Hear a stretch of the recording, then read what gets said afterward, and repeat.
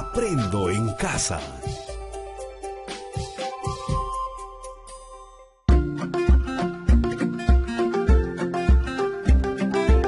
Queridos estudiantes, los invitamos a participar en el desarrollo de las sesiones de aprendizaje que hemos preparado para ustedes. Aprendo en casa.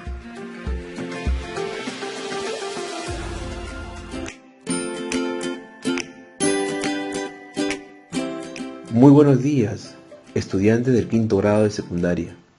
Hoy damos inicio a un número de sesiones radiales elaboradas solo para estudiantes de tu grado.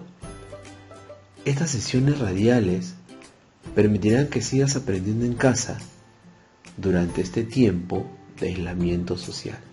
Recuerda, este tiempo es una oportunidad para estar en familia y aprender junto con ellos. Estimados estudiantes, es sumamente importante recordar que durante el desarrollo de las sesiones irás construyendo nuevos aprendizajes. Asimismo, habrás construido al término de las 4 sesiones radiales una apuesta en común de acciones que permitan a la familia comprender la probabilidad de contagio del COVID-19, por la cual todos estamos expuestos, así como organizarse en la implementación de medidas de prevención. Qué interesante, ¿verdad? Durante el desarrollo de las sesiones radiales, es necesario desarrollar las siguientes habilidades: el saber escuchar, comprender, expresar las ideas, así como también las emociones. Recuerda estar atento a cada actividad, como por ejemplo a los relatos, las preguntas y sobre todo nos gustaría escuchar tus conclusiones sobre lo aprendido. Antes de iniciar la sesión, te recomendamos lo siguiente. 1. Estar acompañado de un adulto o hermano mayor, ya que él o ella te acompañará en esta experiencia de aprendizaje. 2. Es importante que recuerdes que todos tus apuntes y las actividades que vayas registrando lo hagas en hojas de papel, así como también en un blog o cuaderno de apuntes, con el propósito de tener evidencia de tu trabajo e ir archivándolo en un portafolio. Y no te olvides, antes de comenzar la sesión, debes recordar siempre las recomendaciones que nos han brindado para no contagiarnos del coronavirus. Primero, taparse la boca y la nariz con un pañuelo de papel al toser y estornudar, y después debes arrojarlo a la basura. 2. Lavarse las manos de manera permanente. Y 3. Estar siempre en casa. Ahora te invitamos a estar atentos y prestar mucha atención. Estimados estudiantes, durante estas 4 semanas vamos a construir una apuesta en común de acciones que permitan a la familia comprender la probabilidad de contagio del COVID-19, por la cual todos estamos expuestos, así como organizarse en la implementación de medidas de prevención. Este conjunto de acciones se desarrollará pensando en la siguiente situación. En nuestro país y en particular en nuestro ámbito rural, seguimos preocupados por el crecimiento de afectados por el COVID-19 y que en gran modo ha alterado nuestras formas de vida. Asimismo, sabemos que la única forma de evitar la propagación de esta pandemia es asumiendo con responsabilidad el aislamiento social, practicando estilos de vida saludable y medidas de salubridad como el lavado de manos, cubrirse la boca al toser, entre otros. Las medidas de aislamiento social implementadas en el país nos permiten un mayor acercamiento en la familia. Requiere desde este espacio desarrollar prácticas que nos permitan reflexionar sobre el cuidado de nuestra salud como individuos y como familia, lo cual repercutiría de manera positiva en la comunidad y sociedad. Al término de las 4 semanas, debemos de argumentar y sustentar de manera clara y coherente sobre las medidas de protección que se pueden generar en la familia para el cuidado de la salud y el ambiente durante el periodo de aislamiento. Estimados estudiantes, el propósito de la sesión el día de hoy será identificar y recuperar información de un texto escrito. Quizás te preguntarás, ¿y cómo lo haremos? Lo haremos desarrollando actividades que te van a permitir obtener e inferir información de un texto. Para identificar la información, utilizaremos 2 tipos de texto, un texto histórico y un texto mixto. Ahora sí, ya estamos listos y preparados. Entonces, iniciamos con nuestra primera actividad. A continuación, vas a escuchar el siguiente relato. ¿Qué pandemias a lo largo de la historia han puesto en jaque a la humanidad? Te vuelvo a repetir el título del texto. ¿Qué pandemias a lo largo de la historia han puesto en jaque a la humanidad? Mientras escuchas el relato de la lectura, recuerda estar muy atento a cada frase y párrafo, a las interrogantes, al tema, a los personajes, al escenario, al ambiente, los tiempos, y no te olvides de anotar las palabras que son desconocidas para ti. ¿Qué pandemias a lo largo de la historia han puesto en jaque a la humanidad? Desde la plaga de Atenas en el año 430 a.C. hasta el COVID-19 en el siglo XXI, más de 20 pandemias han puesto en riesgo la supervivencia humana. Desde entonces y hasta el siglo XXI, la humanidad ha registrado una veintena de epidemias y pandemias que han puesto en jaque la supervivencia humana. 4 de ellas se encuentran entre las más mortíferas: la peste negra, la viruela, la gripe española y el VIH-Sida. Hablemos sobre la peste negra. La peste negra en la Edad Media cobró la vida de 200 millones de personas. Se llamó también peste bubónica porque inflamaba los bubones, o sea, los nódulos linfáticos en ojos y órganos sexuales. Y cuando avanzaba la enfermedad producía necrosis. Se asoció a la bacteria Yersinia pestis, alojado en las ratas negras provenientes de los barcos chinos. Pero fueron las pulgas de dichas ratas las que transmitieron la bacteria a los humanos. Solo con grandes incineraciones de ratas, cuerpos infectados y pulgas se logró a duras penas controlar la pandemia. La viruela, tan antigua como el Mesolítico, tuvo uno de sus peores brotes en la conquista de América. La viruela es una enfermedad tan antigua que data de la población humana del año 10.000 a.C.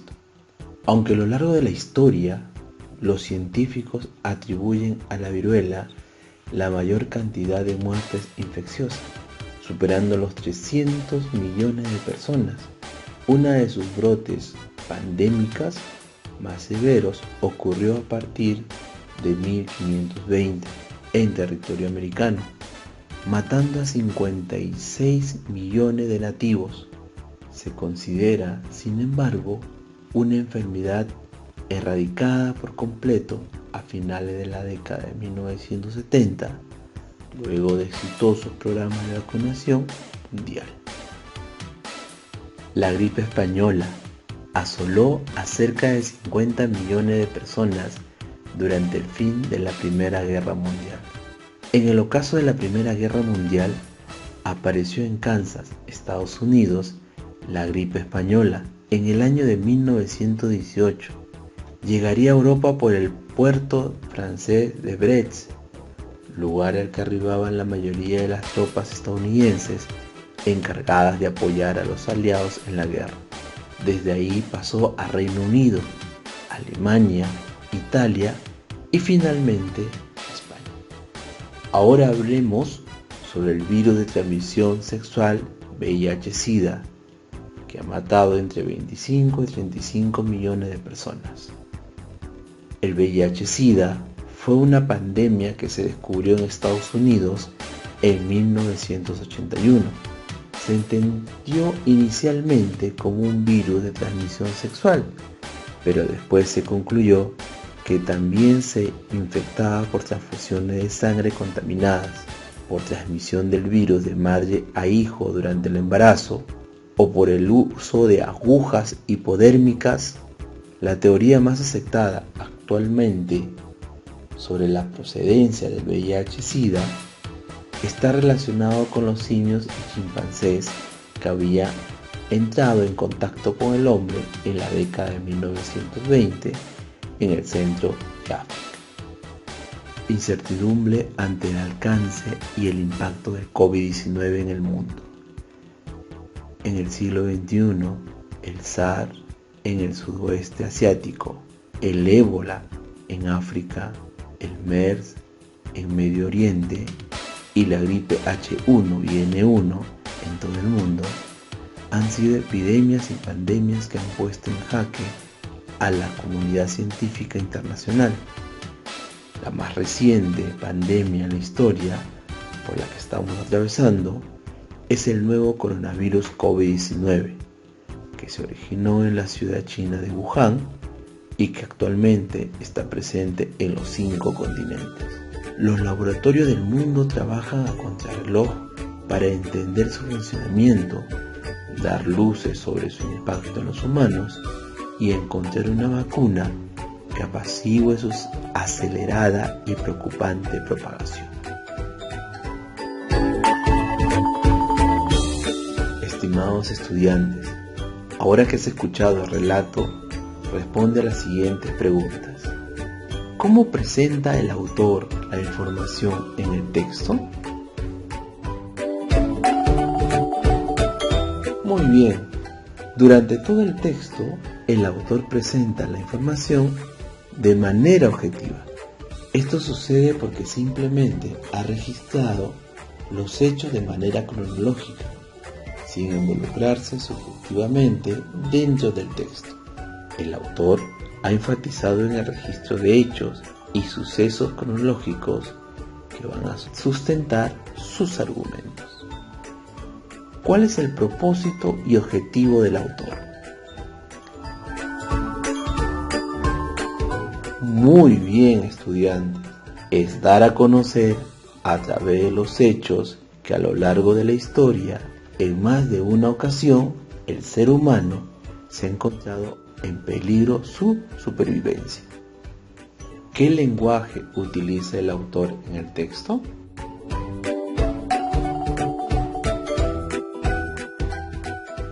Claro que sí, muy bien. El autor utiliza un lenguaje ligero y preciso, con el propósito de transmitir la información del documento de forma fácil y legible, teniendo como fin el de alcanzar a todo tipo de público. ¿La argumentación del autor es sólida y coherente o es tendenciosa?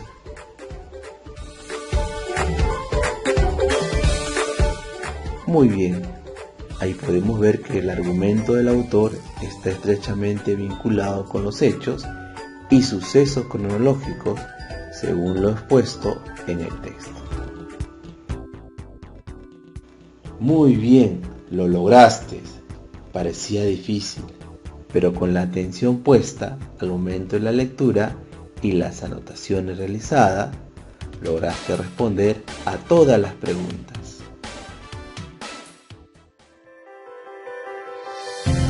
A continuación, a través de la siguiente actividad, vamos a identificar el propósito comunicativo del texto, y asimismo nos brindará información explícita del texto que escucharás. Ahora escucha con bastante atención el siguiente texto histórico. El proceso de domesticación andino. Hace 12.000 a 10.000 años atrás, los pobladores andinos eran nómades, recolectores y cazadores de grandes animales, donde destacaba un tipo de oso perezoso y un pariente lejano del actual caballo. La caza intensa extinguió estos animales y se buscó entonces animales más pequeños como los camelios, venados o ciervos, roedores y aves. Este es el periodo en el cual se inicia también la agricultura eventual, es decir, aquella que dejaba semillas de alguna planta silvestre o parcialmente domesticada en un lugar y se continuaba con la transhumancia. Regresando luego era para recoger la cosecha, pero sin llegar al sedentarismo. Entre las primeras plantas domesticadas se encuentra la de la familia Chenopodium, de donde se derivarían las diversas variedades de quinoa y de donde derivarían el amaranto o kiwicha.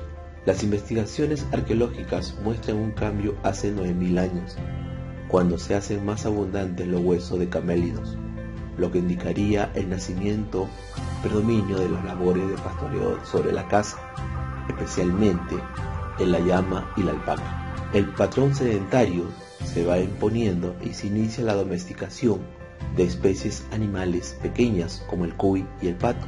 El proceso de domesticación se acelera de allí en adelante, pero en los Andes, al igual que en Centroamérica, predomina la domesticación de plantas, siendo escaso parcial la de animales.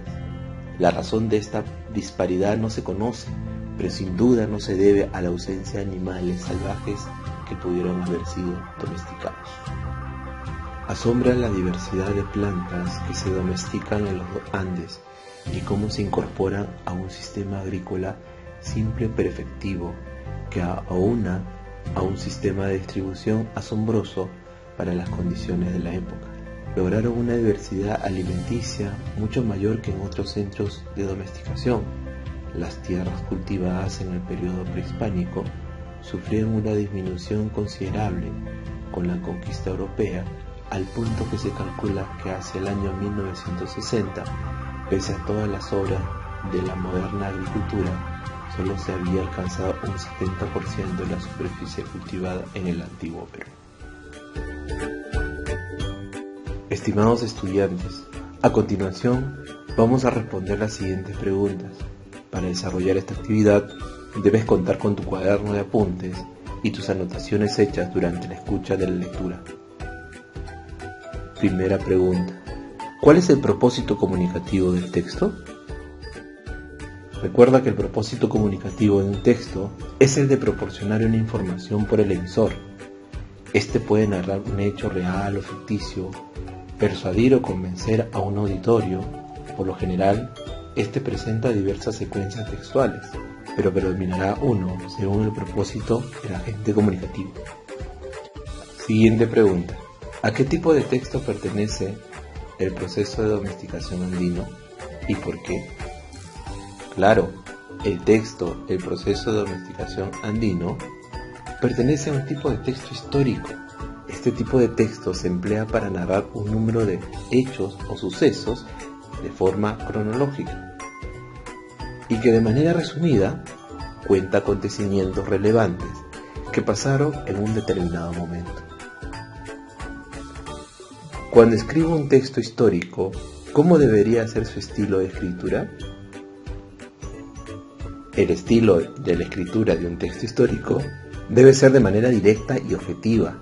Recuerda, cada escritor tiene su estilo, es decir, una forma de expresión que lo distingue y sirve como estampa de su personalidad, así como distinguimos a nuestros amigos por su forma de reír, caminar o hablar. El estilo literario nos permite identificar las obras con sus autores por la manera en que están escritas. Según los apuntes y anotaciones realizadas en tu blog de notas, describe cuáles son las características que presenta el texto histórico, el proceso de domesticación andino. Claro que sí, estamos coincidiendo. Algunas características que debes considerar del texto han sido: se escribe en prosa y tiene un orden cronológico y lineal, ¿te acuerdas? El escritor asume un papel de expositor. Lo que ha hecho en el texto es informarnos. Otra característica es que tiene como objetivo enseñar y contar la importancia de los acontecimientos de otras épocas. Es por eso el orden cronológico y los hechos y sucesos. También se incluyen anécdotas y declaraciones de personajes. Recuerda que el escribir en prosa es distinto de escribir en verso, y el texto histórico se escribe en prosa. A continuación te explico la diferencia. Se escribe en prosa por ser la forma más natural del lenguaje escrito y hablado. A diferencia del verso, no está determinado bajo medidas o ritmos, aunque puede darse la prosa poética, que lo veremos en una sesión posterior.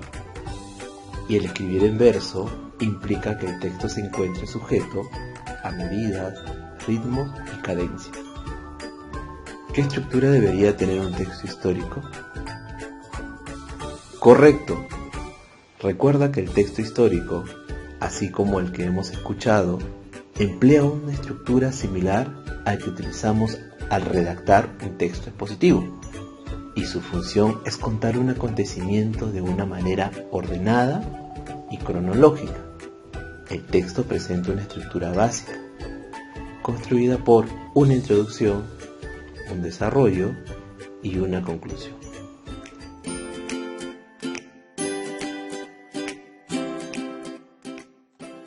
Muy bien, estimados alumnos, una vez más se pudo concluir con la comprensión del texto y se pudo desarrollar las preguntas que fueron formuladas. ¿Te diste cuenta de que al desarrollar las preguntas salieron unos términos nuevos, como propósito comunicativo, estilo del escritor, cómo es escribir en prosa y cómo es escribir en verso? Claro que sí, son nuevos conocimientos los que vamos a agregar a nuestro vocabulario y utilizarlo cuando pasemos a construir tu propio texto histórico. Ahora, para terminar la sesión radial, estimados estudiantes, vamos a construir nuestro texto histórico. Para eso vas a seguir las siguientes indicaciones. Consulta a tu papá, mamá o algún familiar el tiempo que llevan viviendo en tu comunidad. Clasifica en grupos la llegada de las demás familias y considera una fecha tentativa según los registros brindados por tus familiares. Considerar también si durante el tiempo de fundación de tu comunidad hubo algún tipo de enfermedad que causó algún daño. Considera también desde cuándo vienen escuchando en tu comunidad sobre el COVID-19. Esta información te va a servir para que agrupes otro tiempo para construir tu texto. Considerar desde cuándo en tu familia y comunidad vienen tomando medidas de prevención para prevenir el COVID-19. Ahora empieza a escribir tu texto histórico con la información recogida de los tiempos de llegada de las familias a tu comunidad. Recuerda considerar en la estructura de tu texto histórico la estructura básica que debe de tener el texto. El propósito comunicativo, usar un lenguaje objetivo, escribir en prosa y tener un estilo.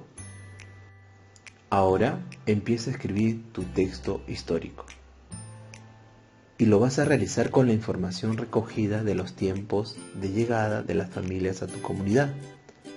Recuerda, considerar en la construcción de tu texto histórico, tener una estructura básica del texto, contar con un propósito comunicativo, utilizar un lenguaje objetivo, debe estar escrito en prosa y construir el texto con un estilo propio. Ahora que estamos terminando la sesión, te pregunto, estimado estudiante, ¿qué pasos seguiste para poder cumplir cada una de las actividades? ¿Qué habilidades pusiste en práctica? ¿Cómo lo hiciste? Expresarle de manera oral a tus familiares lo has trabajado durante la sesión radial y comparte tu texto construido con los datos recogidos en tu familia sobre tu comunidad. Todos estos pasos, regístralo en una hoja y archívalo en tu portafolio. Hasta nuestro próximo programa. Aprendo en casa. Ministerio de Educación. Gobierno del Perú. El Perú primero.